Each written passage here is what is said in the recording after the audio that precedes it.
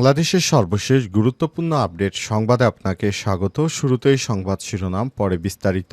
প্রথমেই জানাবো, দায়িত্ব নিয়ে হুঁশিয়ারি দিলেন ডিসি সারোয়ার, যেসব খাতে বিশেষ নজর দেবেন তিনি। সিলেটের নতুন জেলা প্রশাসক ডিসি হিসেবে দায়িত্ব নিয়েছেন মোহাম্মদ সারোয়ার আলম। আজ দায়িত্ব গ্রহণের আনুষ্ঠানিকতা শেষে গণমাধ্যমের সঙ্গে কথা বলে একসময় আলোচিত এই ম্যাজিস্ট্রেট তিনি আর বলেন, আমাকে যে বিশ্বাস নিয়ে দায়িত্ব দেওয়া হয়েছে, আমি সর্বোচ্চ চেষ্টা করব সিলেটের মানুষের জন্য কাজ করা।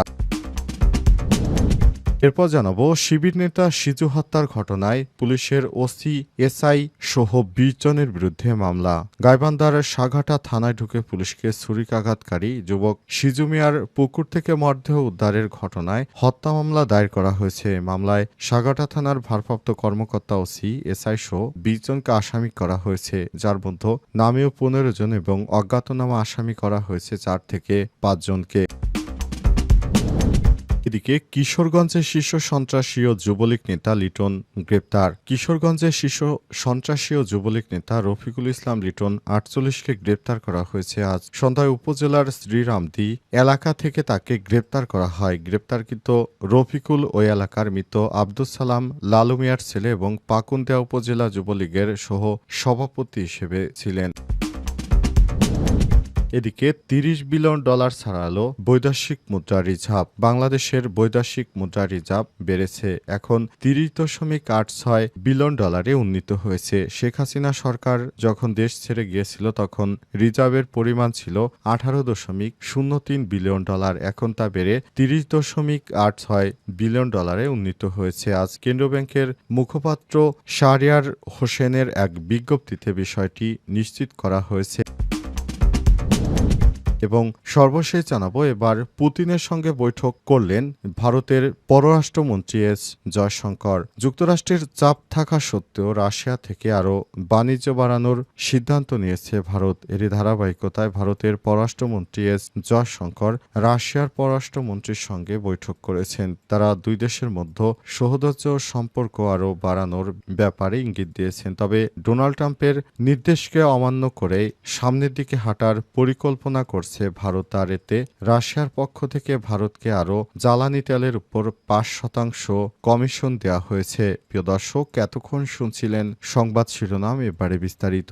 তবে তার আগে বন্ধুরা, অনুরোধ থাকবে সংবাদটিতে একটি লাইক দিন। এই চ্যানেলে আপনি নতুন হয়ে থাকলে আমাদের সংবাদটি দেখতে দেখতে চ্যানেলটি সাবস্ক্রাইব করে রাখুন। কমেন্ট করে বন্ধুরা আপনার মূল্যবান মতামত জানিয়ে দিন আপনি বিশ্বের কোন দেশ থেকে বা বাংলাদেশের কোন স্থান থেকে আমাদের সংবাদটি দেখছেন এবং শুনছেন। আর বন্ধুরা, এই সংবাদটি আপনার সোশ্যাল মিডিয়া ফেসবুকে শেয়ার করে দিন। কমেন্টে জানিয়ে দিন আপনি বাংলাদেশের কোন জায়গা থেকে বা বিশ্বের কোন দেশ থেকে আমাদের সঙ্গে কানেক্টেড রয়েছেন। এবারে বিস্তারিত।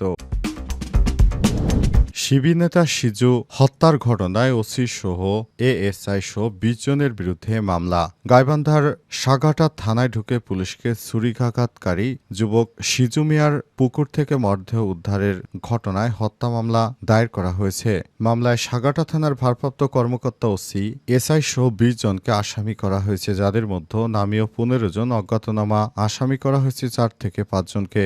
দুপুরে সাঘাটা সিনিয়র জুডিশিয়াল ম্যাজিস্ট্রেট আমলি আদালতে মামলার আবেদন করে নিহত সিজুর মা রিক্তা। এদিকে আদালতের বিচারক পাপড়ি বড়ুয়া তা আমলে নিয়ে সিআইডিকে তদন্তের নির্দেশ দেন। এছাড়া আগামী ৬০ কর্মদিবসের মধ্যে তদন্ত প্রতিবেদন দাখিলের নির্দেশ দেওয়া হয়েছে। বাদীপক্ষের আইনজীবী অ্যাডভোকেট সাইদাল আসাদ বিষয়টি নিশ্চিত করেন। এজাহার নামীয় আসামিরা হলেন সাঘাটা থানার ভারপ্রাপ্ত কর্মকর্তা OC Badshah Alam ASI, Rakibul Islam ASI, Moshiul ASI, Mohsin Ali SI, Ahsan Habib ASI, Ujjal ASI, Liton Mia duty officer. এছাড়া পুলিশের সদস্য হামিদুল ইসলাম, আজাদুল ইসলাম, নয়নচন্দ্র, জয়চন্দ্র, ধর্মচন্দ্র বর্মন এবং স্থানীয় যুবক সাব্বির হোসেন, ইসুফ আলী ও মামুন। মামলার অভিযোগপত্রে বলা হয়েছে ২৪শে জুলাই বিকেলে গাইবান্ধা সাব রেজিস্ট্রি অফিস চত্বর থেকে সিজুকে সাঘাটা থানায় ডেকে আনে পুলিশ। থানায় নির্যাতনের পর মৃতপ্রায় সিজুকে থানা সংলগ্ন পুকুরে ফেলে দেওয়া হয়। পরে পুকুরে লাঠি দিয়ে আঘাত করে তাকে হত্যা করা হয়। সেই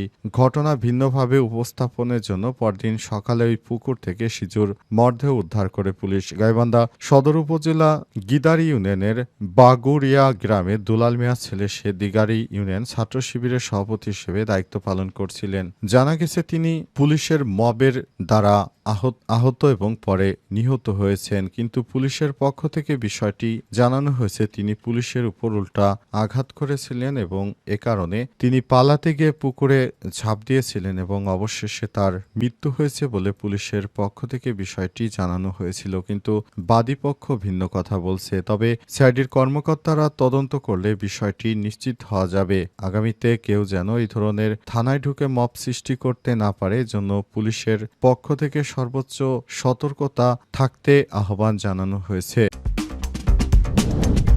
দায়িত্ব নিয়ে হুঁশিয়ারি দিলেন ডিসি সারোয়ার, যেসব খাতে বিশেষ নজর দেবেন তিনি। সিলেটে নতুন জেলা প্রশাসক ডিসি হিসেবে দায়িত্ব নিয়েছেন মোহাম্মদ সারোয়ার আলম। বৃহস্পতিবার 21শে আগস্ট দায়িত্ব গ্রহণ অনুষ্ঠান শেষে গণমাধ্যমের সঙ্গে কথা বলে একসময়ের আলোচিত ম্যাজিস্ট্রেট তিনি আরও বলেন, আমাকে যে বিশ্বাস নিয়ে দায়িত্ব দেওয়া হয়েছে আমি সর্বোচ্চ দিয়ে এই জেলার মানুষের জন্য কাজ করব।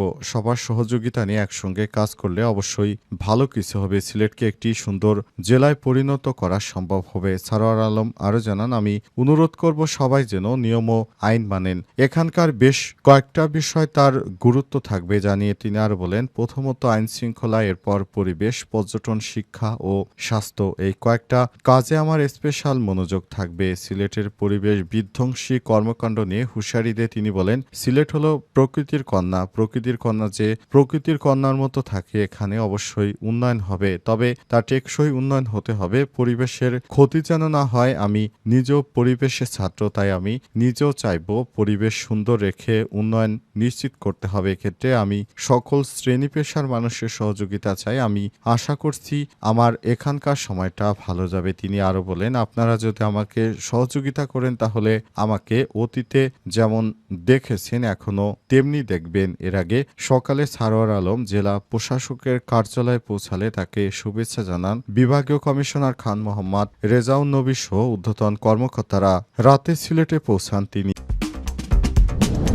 কিশোরগঞ্জের শীর্ষ সন্ত্রাসী ও যুবলীগ নেতা লিটন গ্রেপ্তার। কিশোরগঞ্জে চিহ্নিত শীর্ষ সন্ত্রাসী যুবলীগ নেতা রফিকুল ইসলাম লিটন ৪৮কে গ্রেপ্তার করা হয়েছে। আজ সন্ধ্যায় উপজেলা শ্রীরামদী এলাকা থেকে তাকে গ্রেপ্তার করা হয়। গ্রেপ্তারকৃত রফিকুল ওই এলাকার মৃত আব্দুস সালাম লালু মিয়ার ছেলে এবং পাকুন্দিয়া উপজেলা যুবলীগের সহসভাপতি। পুলিশ জানিয়েছে, বৈষম্যবিরোধী ছাত্র জনতার আন্দোলনে পাকুন্দিয়া এলাকায় হত্যার উদ্দেশ্যে দেশীয় অস্ত্র নিয়ে প্রকাশ্যে ছাত্রদের উপর হামলা ও সহযোগিতার অপরাধে গত বছর পাকুন্দিয়া থানায় দায়ের করা মামলায় রফিকুল ইসলাম লিটনকে গ্রেপ্তার করা হয়েছে। তিনি একজন চিহ্নিত কুখ্যাত সন্ত্রাসী। তিনি শিক্ষার্থীদের বিরুদ্ধে সরাসরি ধ্বংসযজ্ঞ চালিয়েছিলেন। অবশেষে তাকে পুলিশের পক্ষ থেকে আটক করা হয়েছে এবং বর্তমানে তিনি পুলিশের হেফাজতে রয়েছেন। শেখ হাসিনা পালিয়ে যাওয়ার পর ৫ই আগস্টের পর থেকে আওয়ামী লীগের এই